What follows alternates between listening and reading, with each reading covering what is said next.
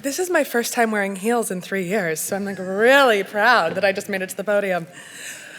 Hi everyone. It is so nice to be here in person and not on a screen. I could not tell you how excited I was to put on pants this morning, because if this had been on a Zoom, I don't know if I would have made it there.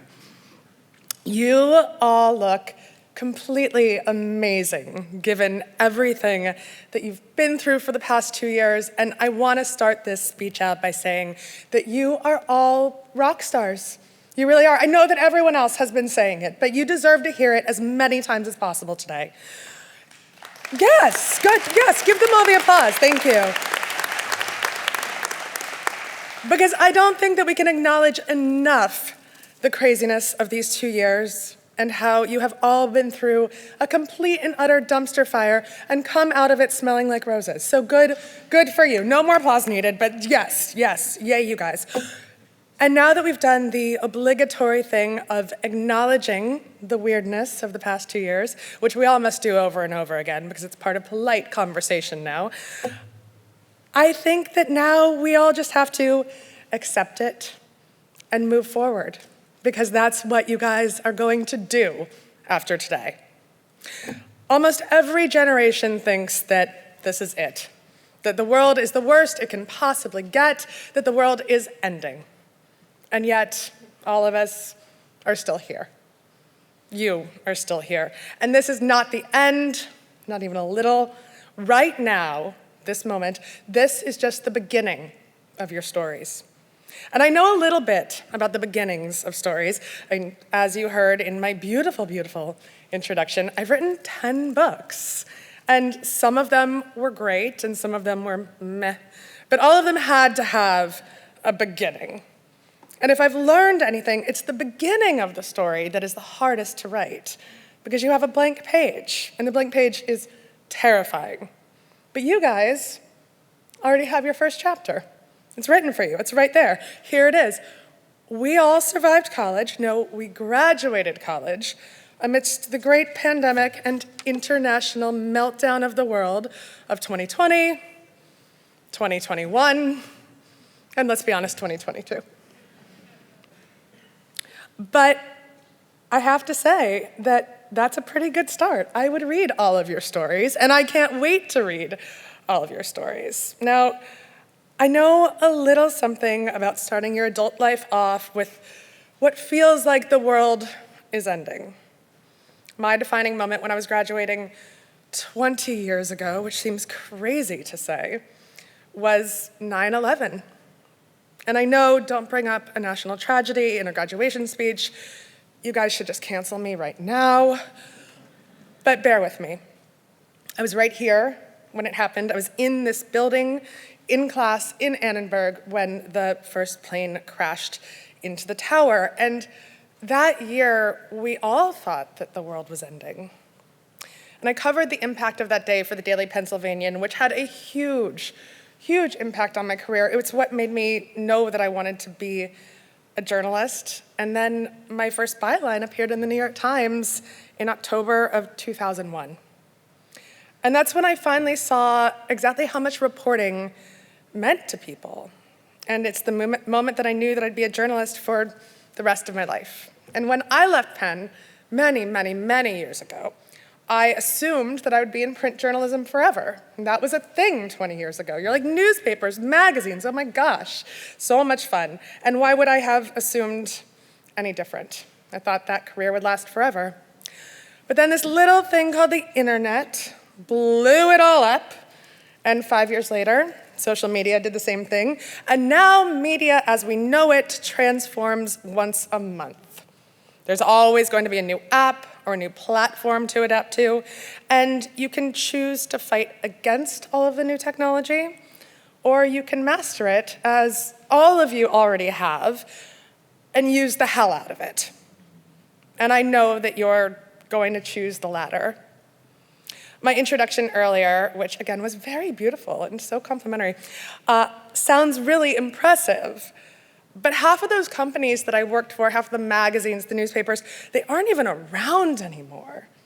And if they are, there's something totally different from when I worked there. I've had at least 10 different careers since I graduated. I wrote one of the first blogs for the New York Daily News, and I remember all of the old white men smoking cigarettes in the newsroom. You could smoke in newsrooms back then, it was crazy. Saying the internet was a blip, and nothing was going to change, and all of those men were out of a job in the next 5 years. They never worked in journalism again.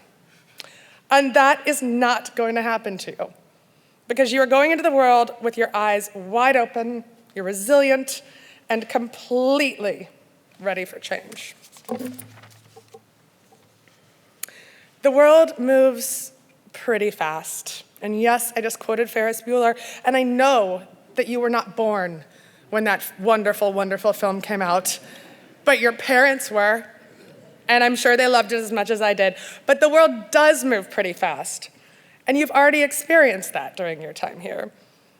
And if I can tell you one thing that I learned working in media for the past 20 years, is that you get to choose how all of this adversity, all of this madness, how it defines you.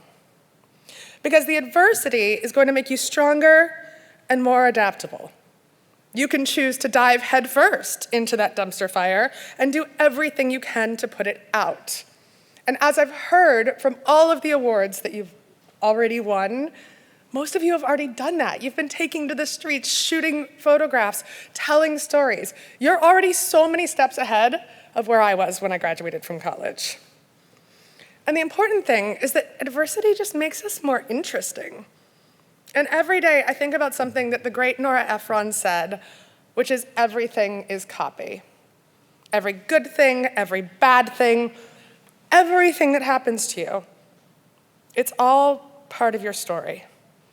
And I have no doubt that each of you can adapt in the space of a single TikTok. And that's going to be so incredibly useful because there's no industry and no field that is changing faster right now than the world of communication.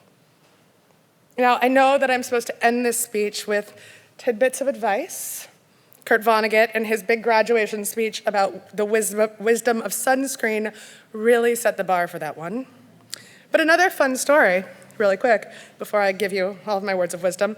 Kurt Vonnegut once spilled a martini on me at a very fancy event that I was covering for the New York Daily News when I was a gossip columnist, and I didn't wash that skirt for like 5 years. They say never meet your heroes, but that's ridiculous because you want your heroes to spill a martini on you, and because then you have the greatest cocktail story of all time. So here's my advice. Be kind to all of the people who are working with you at your level in an organization, because those are the people who will hire you one day. Your boss will be a distant memory, and your colleagues are the ones who are going to support you for the rest of your life if you treat them well. My first intern is now the editor at Harper's Bazaar magazine, and she is the one who hires me to do wonderful things all the time. I am so happy that I was nice to her. Put your trust in people and not corporations, because it is the people and your colleagues that you can call when your company dissolves or falls apart or gets bought by a multimedia conglomeration that only has letters in its name. I learned this because I was out of a job at Yahoo while I was climbing Mount Kilimanjaro on assignment on my honeymoon, and they sent me a text to let me know that Yahoo was no longer a company. Be bold and brave and laugh at yourself.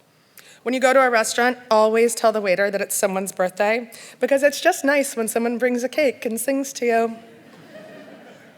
Create joy in the weird little pockets of your life, because if you do not create it for yourself, you cannot expect the world to give it to you.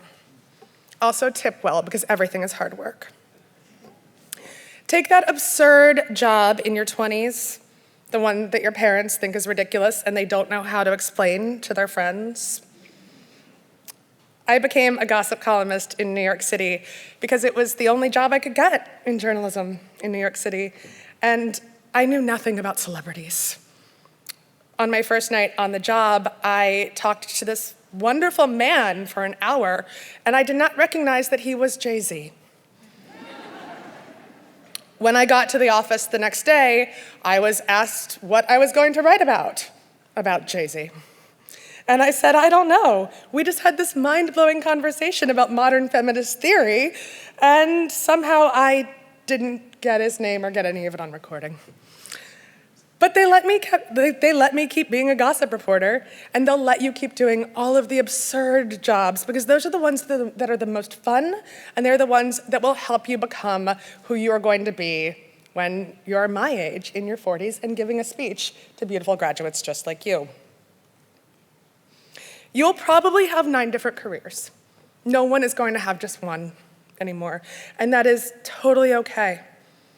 Each of them will surprise you, and they'll make life more fun, kind of like telling the waiter that it is your birthday every time you go to the restaurant. But the most important thing that I can leave you with right now is that the world needs you right now. You are the ones that can help make the world make sense again. It's no secret that the state of public debate in our country has often been reduced to a catfight between toddlers who are high on pixie sticks. You can help change that with your words, with all of the things that you have been learning in all of your classes in this building. A world that seems like it's burning to the ground needs storytellers who know how to share accurate and responsible information across the many, many, many mediums available to share that information these days. Because sharing isn't hard, but sharing a deeply researched truth is. And you know what's even harder? Getting people to pay attention to that deeply researched truth. And that's what you've learned right here. You may not make $1 gazillion doing it, but here's a little secret. You don't need $1 gazillion. Most of my friends in college, this is Penn, went on to become very fancy investment bankers, and they did make $1 gazillion, and they're not nearly as fun as I am.